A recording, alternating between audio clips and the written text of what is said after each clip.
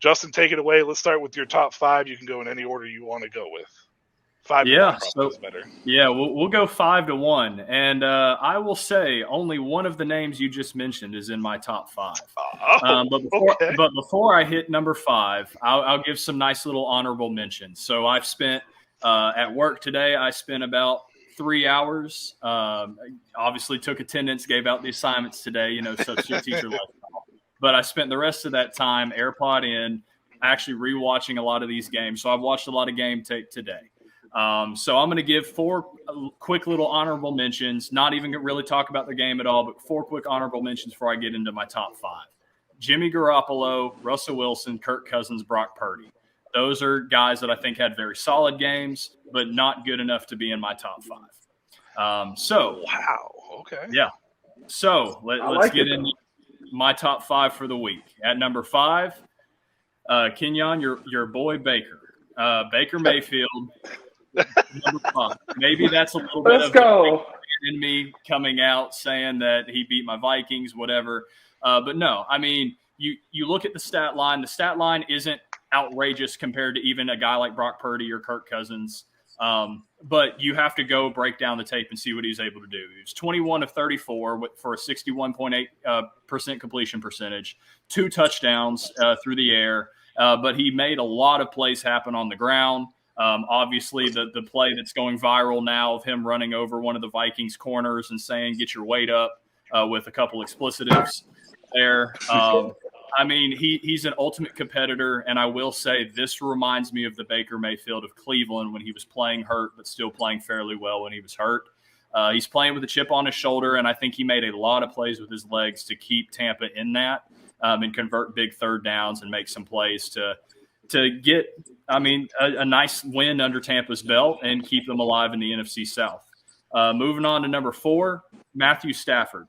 I think a lot of us kind of underrated Matthew Stafford coming back from an injury. We thought he wasn't going to be the same guy. The Rams are such a bad roster on paper. But no, he 24 of 38, didn't have any touchdowns, but I think a lot of the game plan of him getting the ball around to guys in space outside of then not having Cooper Kupp, and the leadership that he showed, it was obviously a true game manager, and then really took it to a Seattle team that I still think could be a fairly good team. But I think I was kind of right about LA, or at least in week 1, that they're not going to be the same team they were last year, that they're actually going to compete despite a roster being maybe a little worse on paper. Puka, man. Puka. Yeah, I know. That dude is legit. Yeah, and so Puka is definitely being added to my fantasy team right now if he passes through waivers. Sorry, Drake London, you're going already. Jesus. But no, but then going on to number 3, Jared Goff. I think it's very similar to the Matthew Stafford, funny enough, former LA Rams quarterback, now Detroit Lions quarterback, just flipped the two. Jared Goff was 22 of 35 for a touchdown, but again, made big plays when needed, was truly a game manager and helped lead the Lions to a pretty good win over Kansas City. I'll still go on record and say that Kansas City probably still deserved to win that game, even though they played sloppy. But that offense looked really, really good in Detroit, going to be very, very explosive this year. And I think Jared Goff is the 3rd best quarterback in the NFL this week. Number 2, this one is another NFC North guy, kind of surprised me, Jordan Love. He had the second best quarterback rating of any quarterback in the NFL this week. The only guy higher actually was Desmond Ridder. But Desmond Ridder didn't nearly throw it, I think, over 15 times. So it inflates the QBR.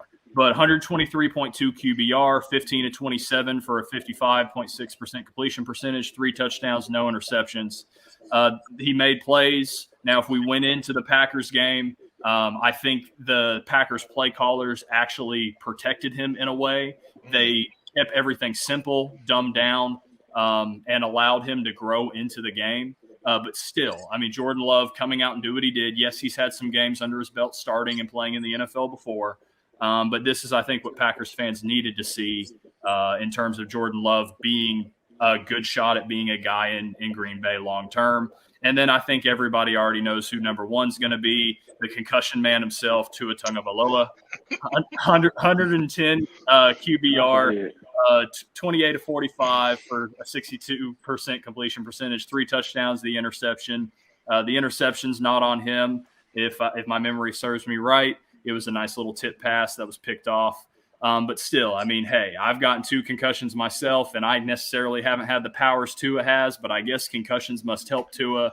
But we do know that with Tua, his brain and his football IQ was what was separating him as a quarterback in this league, not necessarily his arm strength or not necessarily his even anticipation. His brain would allow him to anticipate a little bit better and a little quicker. But no, Tua, especially having the best player in the NFL right now in Tyreek Hill, or at least the most explosive player in the NFL in Tyreek Hill, on your side, helps it out a lot. But Tua is definitely my top quarterback of the week.